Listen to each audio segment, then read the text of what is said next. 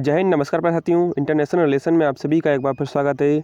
आज के सेशन में चर्चा करेंगे कि रूस और यूक्रेन ने पीएम मोदी से अपील की है कि हमारे बीच शांति समझौता करा दें। यानी कि जो रूस और यूक्रेन के बीच युद्ध चल रहा है, तो इसी को लेकर के जो रूस के राष्ट्रपति व्लादिमीर पुतिन है, इन्होंने खुद पीएम मोदी से फ़ोन करके इस शांति समझौते की बात कही है। इसके बाद जो रूस के राष्ट्रपति व्लादिमीर ज़ेलेंस्की हैं, इन्होंने भी पीएम मोदी से फ़ोन करके इस बात को कहा है कि हमारे और रूस के बीच जो युद्ध चल रहा है उसमें शांति समझौता करा दें।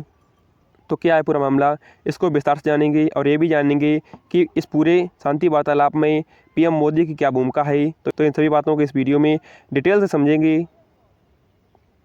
देखिए, रूस और यूक्रेन के मध्य फरवरी 2022 में जंग शुरू हुई थी और जो रूस और यूक्रेन के बीच जो ये युद्ध है, इसको 2 साल पूरे हो चुके हैं और रूस और यूक्रेन के युद्ध में लगातार खूनी संघर्ष बढ़ता चला जा रहा है। और जो रूस यूक्रेन का युद्ध था, इसमें पूरी दुनिया 2 गुटों में बट गई थी और इस युद्ध में यूक्रेन की मदद अमेरिका, पोलैंड और फ्रांस जैसे देश कर रहे थे।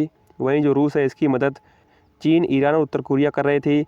और जो पश्चिमी देश और अमेरिका, इन्होंने अपने हथियार बेचने के लिए और जो युद्ध है ये लंबा चले, इसके लिए यूक्रेन को फंडिंग भी की थी। और इसी से परेशान होकर के रूस ने जो यूक्रेन है, इस पर परमाणु हमला करने की योजना बना ली थी। इसमें जो 2023 में जो रूस है, इसने अपने हथियारों को यूक्रेन की सीमा के पास सटे बेलारूस में तैनात कर दिया था।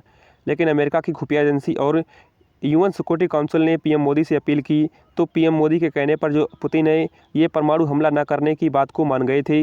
वहीं दूसरी तरफ जो यूक्रेन के पक्ष वाले जो देश थे, वो लगातार भारत पर आरोप लगा रहे थे कि जो भारत है वो इनडायरेक्टली रूप से रूस की मदद कर रहा है। इसको लेकर के भारत ने कहा था कि जब से रूस और यूक्रेन के बीच युद्ध शुरू हुआ है, तब से भारत ने यूक्रेन को लगभग 11 बार 100 टन से भी ज़्यादा जो सामग्री है उसको यूक्रेन में पहुंचाया है। और इस सामग्री में दवाइयाँ, टेंट, त्रिपाल, वैक्सीन ऐसी कई जो महत्वपूर्ण चीज़ें हैं वो शामिल हैं।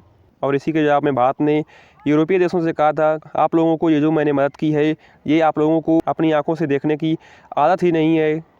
इसके अलावा जो रूस के राष्ट्रपति पुतिन हैं, वो इस युद्ध को लेकर के शांति समझौते की बात पहले से ही करते चले आ रहे थे, जिसमें इन्होंने कहा था कि कोई भी शांति समझौता होता है तो पूरी तरह से सच्चाई के साथ निष्पक्ष होना चाहिए, जिसमें कोई भी देश अपने हथियारों की सप्लाई करने के लिए इसका फ़ायदा न उठा सके। और इसी को लेकर के जो इंडिया है, इसकी जो नीति है वो न्यूट्रल है, इसीलिए इंडिया को ये दोनों ही देश प्रेफरेंस दे रहे हैं।